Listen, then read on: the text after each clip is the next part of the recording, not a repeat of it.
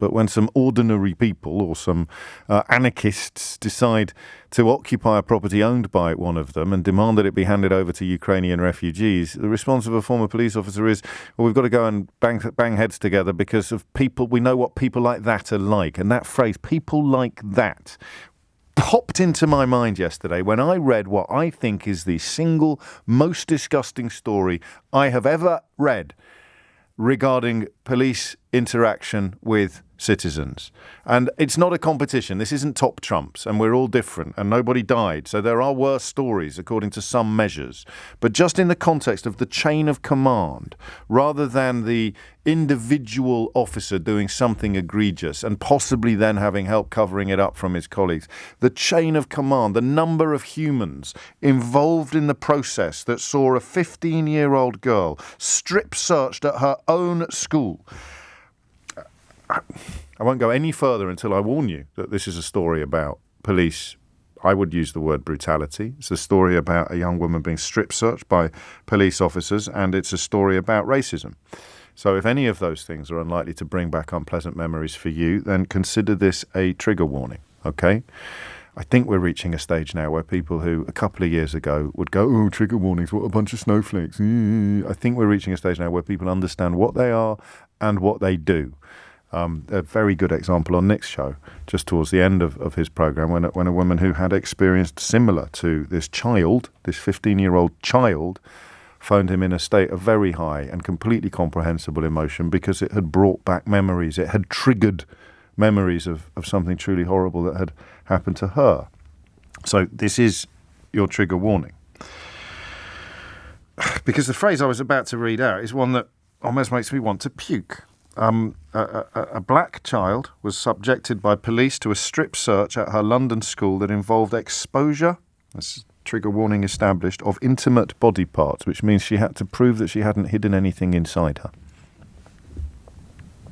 A 15-year-old girl in London in 2020. Story's only just emerged now. I have no idea how this could have happened. The details have only emerged because the child's mother has understandably kicked off. The child is still in pieces. The phrases she used about having a box where she felt safe taken away from her will make you want to weep, I'll tell you now. And the experience has only now been reported as a result of a safeguarding review initiated by Hackney Council after the incident at the end of 2020. I can't read you the bits.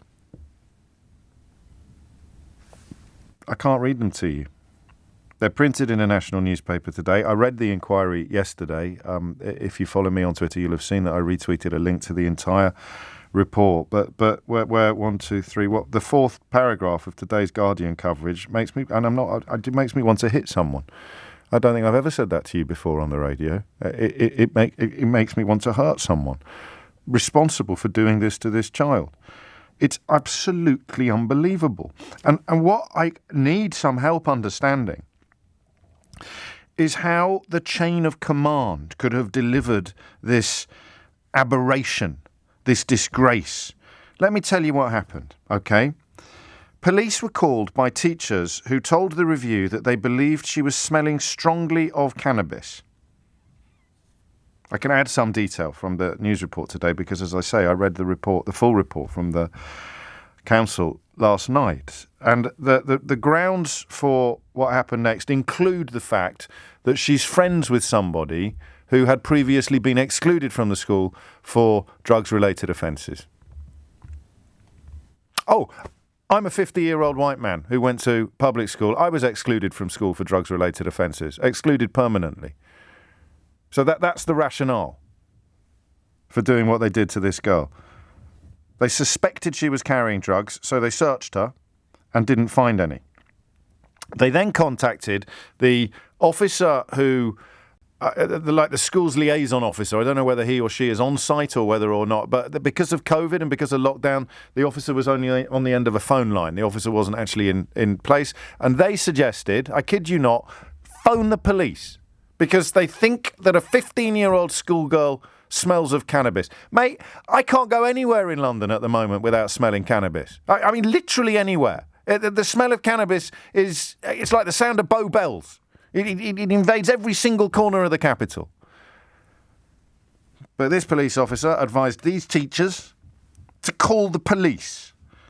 4 officers turned up because a 15-year-old girl smells of cannabis. 4 officers turned up, 2 of whom were women, and they carried out the search of the girl while teachers remained outside the room and her mother was not contacted. It doesn't say how many teachers. It doesn't say whether this had escalated to the head teacher's office. You presume that if there's 4 police officers marching into the building, the head teacher is going to at least know about it and at worst approve of it. I don't know how they could possibly have conceived. Think about your own children. Unless you're white, in which case this is never going to happen to you. How could they have thought that contacting the mum was unnecessary? I can't read you the 4th paragraph. I don't know whether I should. I don't know whether I need to strike you with the sheer horror of this story that happened in our capital city at December of 2020. But I'll tell you now, this poor child is in therapy. She's self-harmed and she remains in a state of emotional torture. Someone walked into the school where I was supposed to feel safe, took me away from the people who were supposed to protect me and stripped me naked. Detail I will share with you. While I was on my period, she was required to remove her sanitary towel in order to demonstrate that it wasn't hiding cannabis. Cannabis.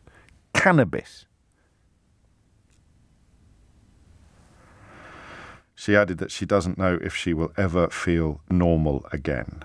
And I have a horrible suspicion that what is remarkable about this story is that it got reported and these scumbags got caught. Still in uniform, probably. Your daughter gets harassed in the street today. God forbid she gets attacked. You call the police. Could be one of these people that turn up. Could be one of these 4 officers who thought it was fine that turn up to deal with your daughter's complaint. The Metropolitan Police apologised yesterday for what a senior officer described as the child's truly regrettable treatment. A separate investigation from the Independent Office for Police Conduct, probably the busiest people in this country at the moment, is underway. I don't know where to start on this.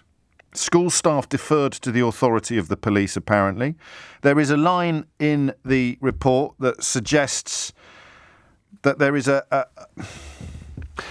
habitual failure of police officers to recognise the real age of black people because they often look older than they really are, and that might have been part of the police officers' thought. It's a school, just ask what year she's in. She's 15.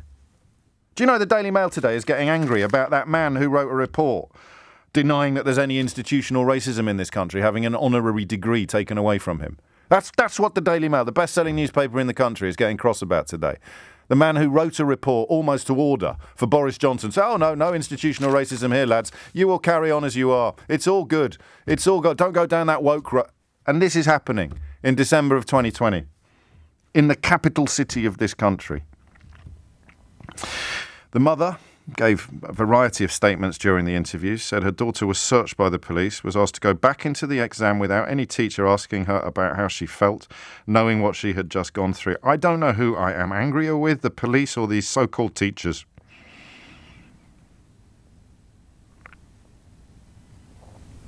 This makes me sick, says the mum. The fact that my child had to take her sanitary towel off and put the same dirty towel back on because they would not allow her to use the restroom to clean herself. 11:16 is the time. Remember yesterday morning when I said to you that I was 50 years old before I realised that my experience of policing was privilege. My experience of interacting with the police was privilege. Even on the occasions when I was a big enough idiot to get arrested, my experience was privilege. And of course it was influenced by racism, as this report has found. Racism that, of course, according to Boris Johnson's government, doesn't exist. No such thing.